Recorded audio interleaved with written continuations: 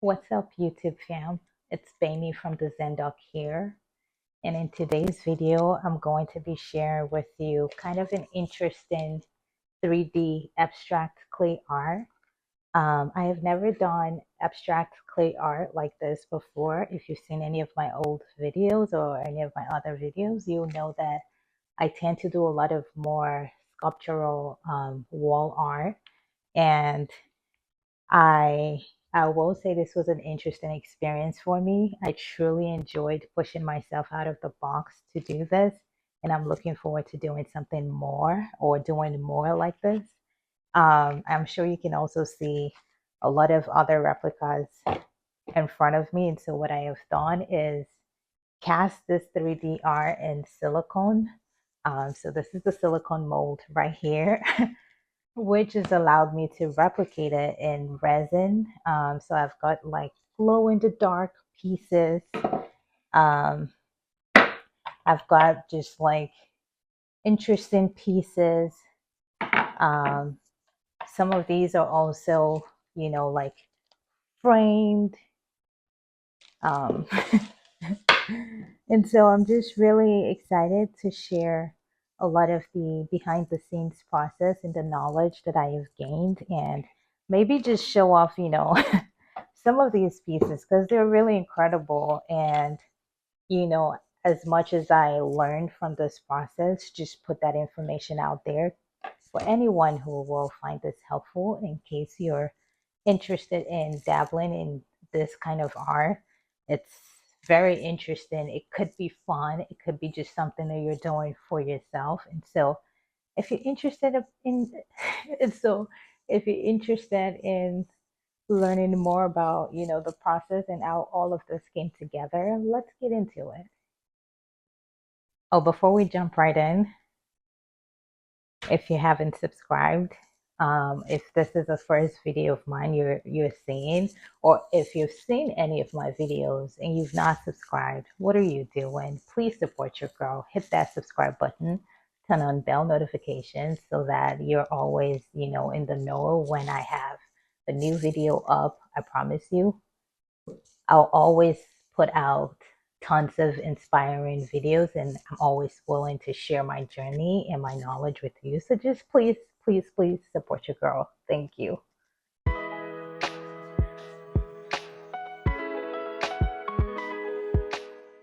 To start off, I am just wetting my canvas. This will allow the clay to adhere properly to the canvas. And I have also taken some time to roll out a piece of clay. So just make sure you do that, and keep in mind that you want your clay to be a little bit thick, at least thick enough that you're able to score into it without necessarily reaching the canvas. I think about an inch should be sufficient, but that's all dependent on what you have in mind.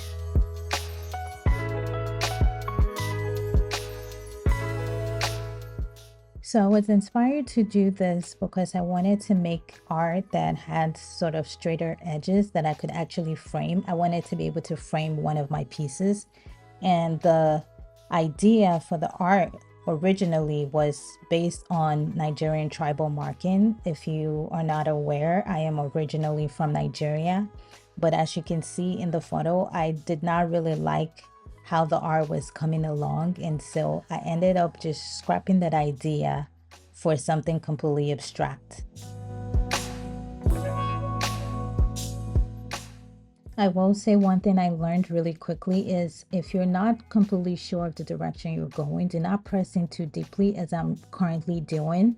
While clay is something that you can kind of clean up and cover what you've done with water and just by working the clay, it's not the easiest thing to do. So my recommendation is to, as I am now doing, go in with fainter lines and press in deeply only when you're sure of the direction that you're going. So that's what I ended up doing. As you can see, I'm currently wiping off something that I have done, and it's easier to wipe off because I didn't make deep cuts into the clay.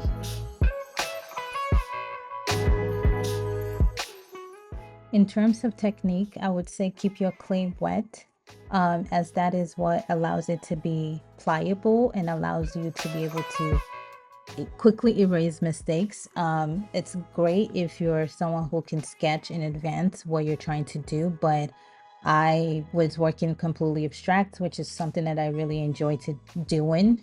And my best advice is keep it wet, clean immediately you are unhappy with something.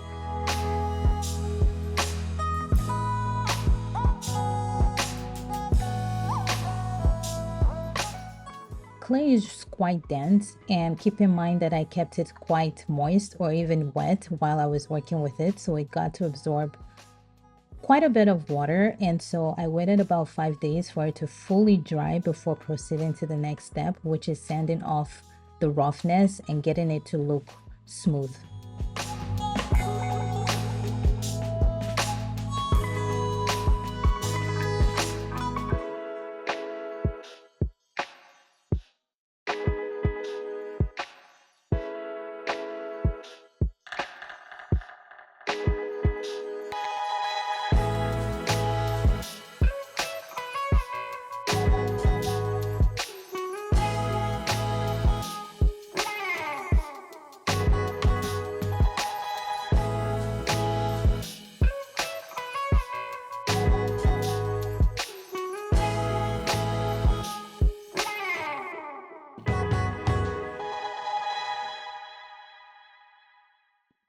After sanding, this is what it looks like. And I am going in with thin layers of my joint compound paste to cover up the inconsistencies and get it to look even smoother.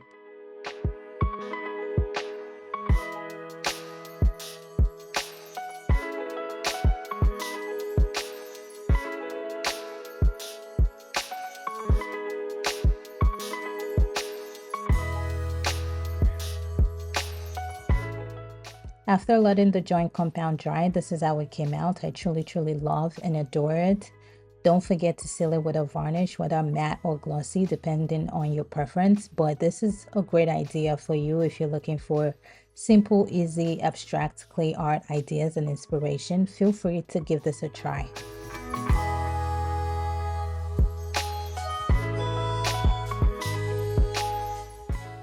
I always intended to use the clay art as a master and create replicas in resin after casting it in silicone. And so I thought it'd be a great idea to share some of the process of how I created some of these replicas. Keep in mind that I did not actually film the process of casting it in silicone.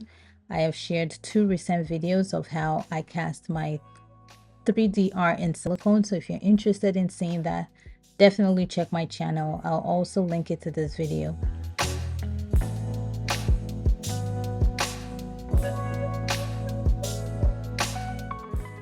Now to what I'm actually doing, I am measuring out my resin and hardener in 3 different cups. And the reason why I'm doing this in 3 different cups is because I was trying to achieve kind of an ombre effect. Safety is really crucial when working with resin. It's important to wear gloves because it can be damaging to the skin, and work in a well-ventilated area while also wearing a respirator mask because of the toxic fumes that it gives off. When it comes to mixing your resin, you want to mix slowly but thoroughly. You mix slowly to prevent air bubbles from forming, and you'll know that it's thoroughly mixed when your mixture is completely transparent and see-through, unlike how cloudy it is at the moment. Resin also mixes easier in warmer temperatures, so one tip that I like to do is to actually sit my jars of resin in a bowl of warm tap water for 5 to 10 minutes prior to mixing. Next, I am adding my glow-in-the-dark pigment as I am looking to make a glow-in-the-dark piece. And what I have done is I use a higher concentration of the pigment in 1 cup and a lower concentration in the second cup, and kept the last cup completely pigment free.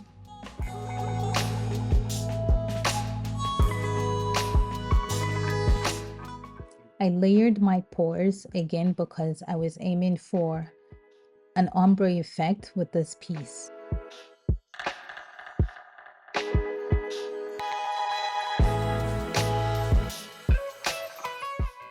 I added the clear resin to the bottom of the piece to accentuate that ombre effect.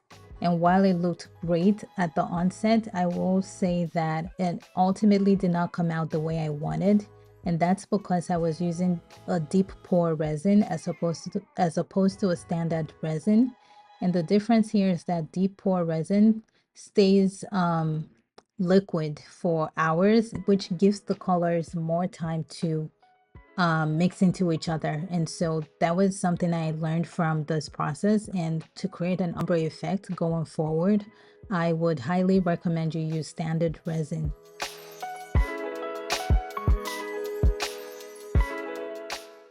Anyway, this is how that piece came out. You can still see a little bit of that ombre effect, even though it's not as much as I wanted it to be. Overall, I still think that the art came out lovely. It glows in the dark. It's beautiful. It's gorgeous. I really can't complain.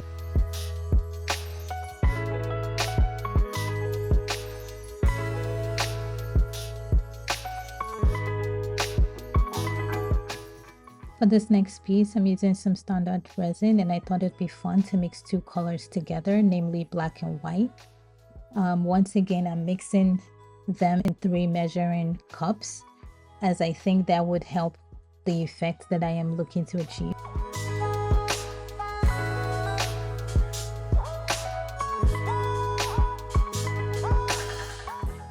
I was worried the black might overpower the white, which is why I wanted to separate cups of white mixture.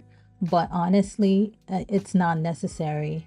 If you're using standard resin, it does get tacky pretty quickly, which is why I'm also using a resin mixer as opposed to mixing by hand.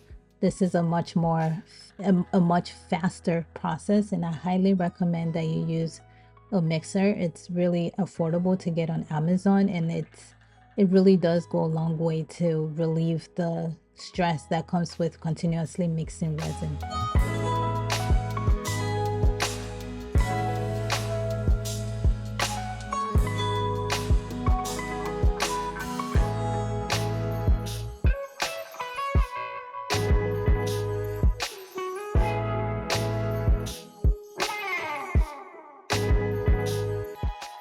I added my pigment, 2 cups of white and 1 cup of black, and I layered the pour.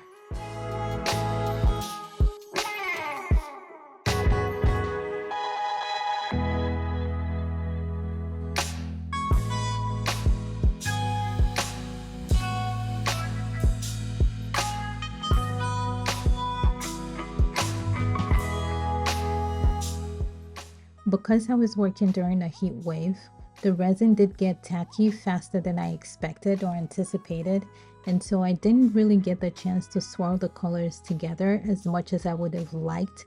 However, I still think it came out great.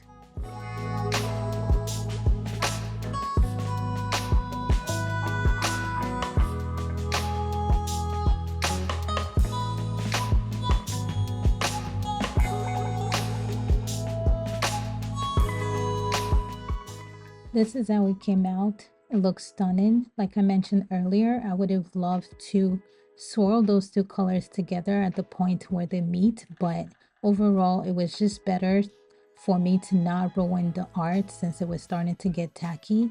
And honestly, it still looks amazing to me.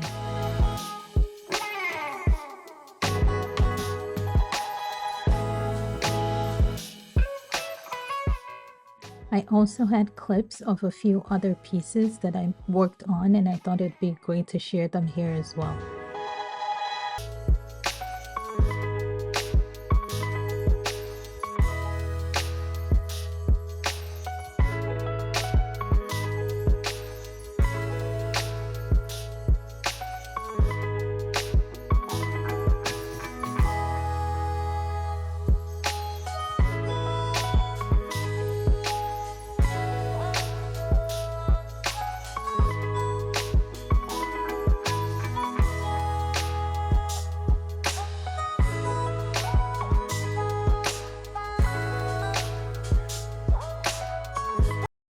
And so that was the entire process. I hope that you enjoyed watching, and gaining from everything that I have learned from this process. I will link the other video where I share full process of the full process for how I cast my 3D art in silicone so that you're able to fully get that as well, since I don't have that captured for this video, but it's pretty much the exact same process. You can just replicate it. It's easy to do. I would also love to hear what you think. Are you willing to try your hands? It's something that could be really fun. I have to tell you, when I started this, I honestly had to get out of my own head because I had a completely different vision in mind and it just was not coming out the way I envisioned it. You know, you sometimes you envision something and then you start to do it and you're like, I don't know if it looks that great. So um, I'm glad that I stuck with it though, and I pushed through, and just being able to do something that was fun and also easy, because I wanted to create art that can also be framed. You know, a lot of the works I do is super sculptural and it's kind of hard to fit them in a frame. And so I'm really excited about this one. I would love to hear your thoughts in the comments. But yeah, with all of that said, as a reminder, all of the materials that I used, the frames that I purchased, and all of that stuff will be linked in the description box. All of these are also available for sale on my website or my Etsy store. So if you're interested in purchasing any of them, feel free to hit those links. Um, Obviously, I truly appreciate if you do that. Yeah, I'm completely in love with these pieces. I low-key cannot stop making them now because I just have so many like color combinations in mind, so many things that I want to try with them. And so, you know, I love the glow in the dark pieces. Um, but then I also want to make more metallic pieces. I also want to make more just maybe more neutral pieces like this one over here. Um, so yeah, truly, I'm just a ball of excitement here. I hope that this video was helpful and informative for you. I'm happy to answer any questions that you have to the best of my knowledge. So feel free to reach out in the comment section. And with everything that I have said today, I want to thank you all for hanging out with me, and I'll see you on my next video. Bye.